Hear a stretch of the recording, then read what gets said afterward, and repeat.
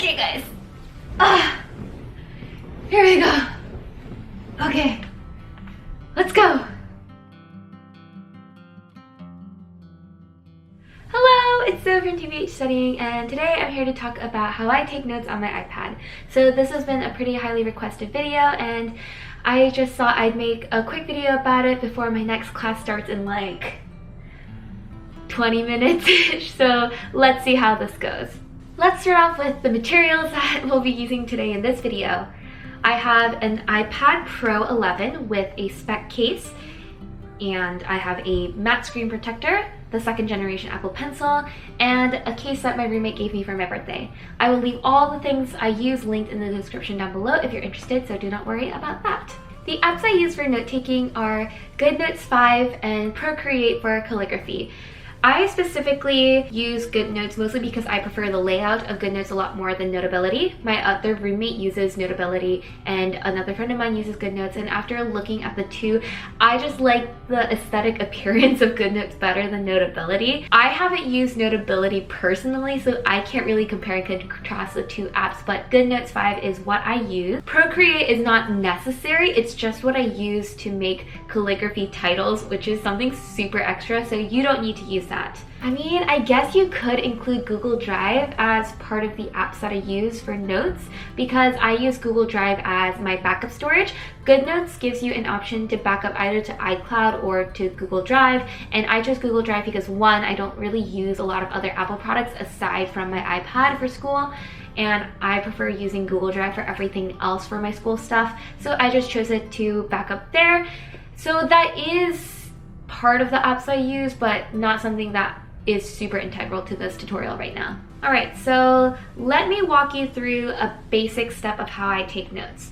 I'm going to be using my biology notes as an example. First off, the pen settings that I use are the ball pen in 0.5, and then the highlighter setting that I primarily use is 4.6 millimeters. The colors that I typically use are black, and then I custom made colors for myself. So I just picked out a sort of navy blue color and a sort of dark red color.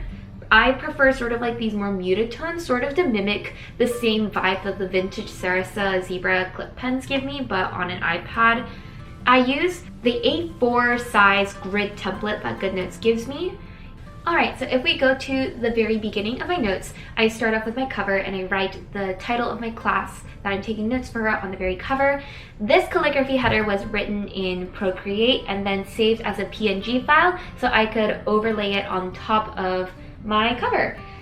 This is super unnecessary. You could do the same thing. GoodNotes does have a brush pen function within the app itself, but I personally hate that because I think it's disgusting. So I don't like using it. And then we move on to a title page for my unit notes.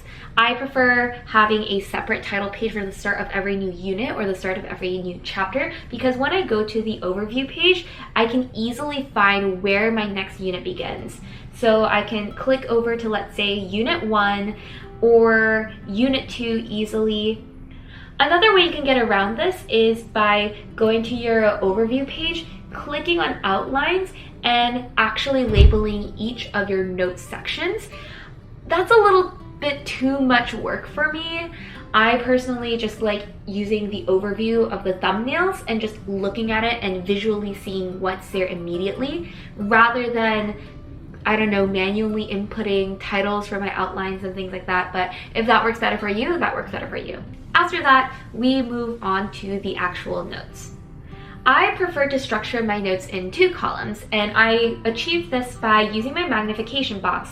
And to the far left, there's this little button where you can adjust the tab and where the magnification box starts the next time you go to the next line. I sort of eyeball it and split the page in half, and on the right side is where I will write my lecture notes, and I'll just go in, take my usual notes. So I use a bullet point system, so just bullet points for main points, dashes for sub points, and then arrows for sub points. Just a typical outline bullet point method.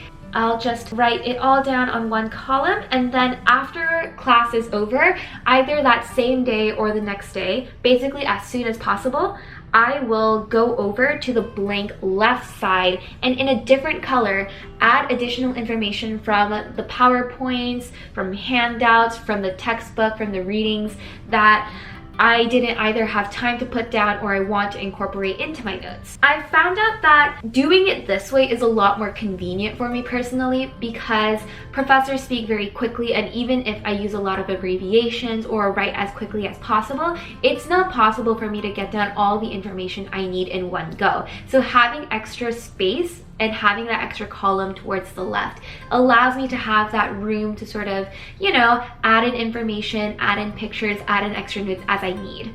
When I was doing this on paper, I achieved the same effect by putting post-it notes everywhere, but here on an iPad, I can't really do that. So having just a blank column is much easier for me. Typically, I will write the bulk of my notes in black and have the additional notes written in a different color. That way I can differentiate what I wrote down in lecture versus what I wrote down afterwards. And it's just visually easier for me to just have those two different colors for different things.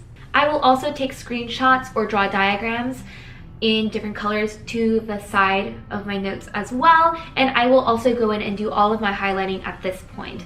I typically stick with one main color for my vocab and then another color for any important information. The colors that I pick are fairly arbitrary. I picked green and yellow because one, that was what I already had default into my highlighter settings, and two, green is sort of a biology color for me personally, but that is how I ended up doing it. I will say I also put in pictures of dogs and pandas and drawings into my notes during lecture because I get bored sometimes, but that is a me thing. You don't have to do that. I do it when I'm bored. And then another thing is the size of the template that you use does change the settings of your pen. So I found that when I change my paper size to something else like A3 or A5 or maybe like A2, then my pen settings aren't as, I guess, convenient for me. They're not as compatible. So depending on the size of the template you use, your pen settings will probably have to change and adjust.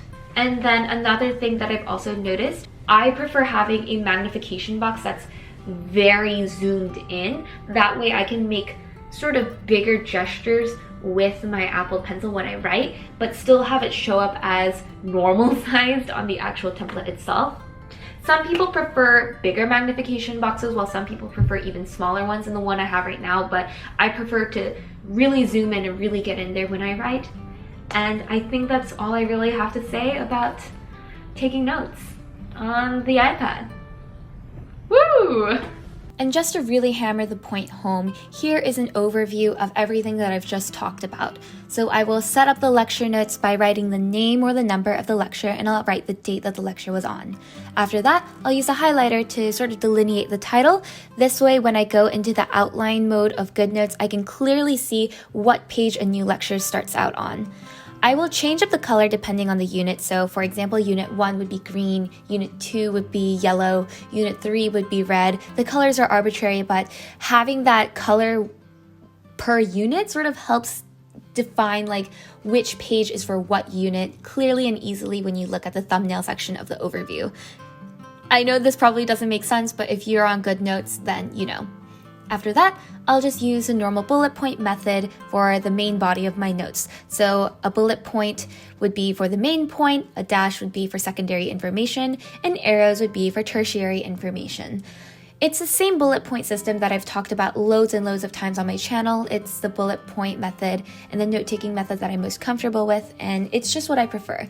If you go to my old note-taking tutorials, you'll probably see a more in-depth explanation of what the system is, but this is just a system that works best for me. After that, I will usually have some important points, maybe some vocabulary. I don't bother highlighting these during lecture itself because I'm so busy writing down what my professor is saying at the time. So I will do that after class and not during lecture.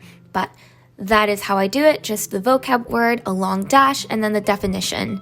And again, maybe there's some sort of important information, whatever, you know. So I will highlight the really important bits and the vocabulary, and as I mentioned before, I will highlight them in 2 different colors.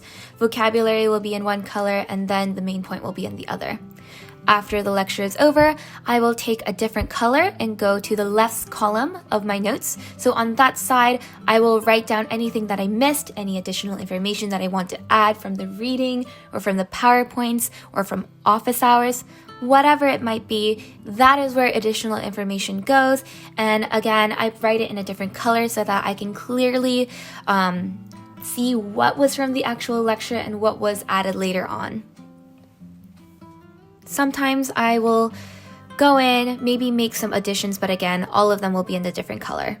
And here you see me using the 2 different colors for highlighting in terms of vocabulary and important points. And here you'll see me add in a picture. It's a picture of a cute panda. It doesn't really have any relevance, but let's say that was a screenshot of an important graph or a diagram, and I will go in and add additional information then.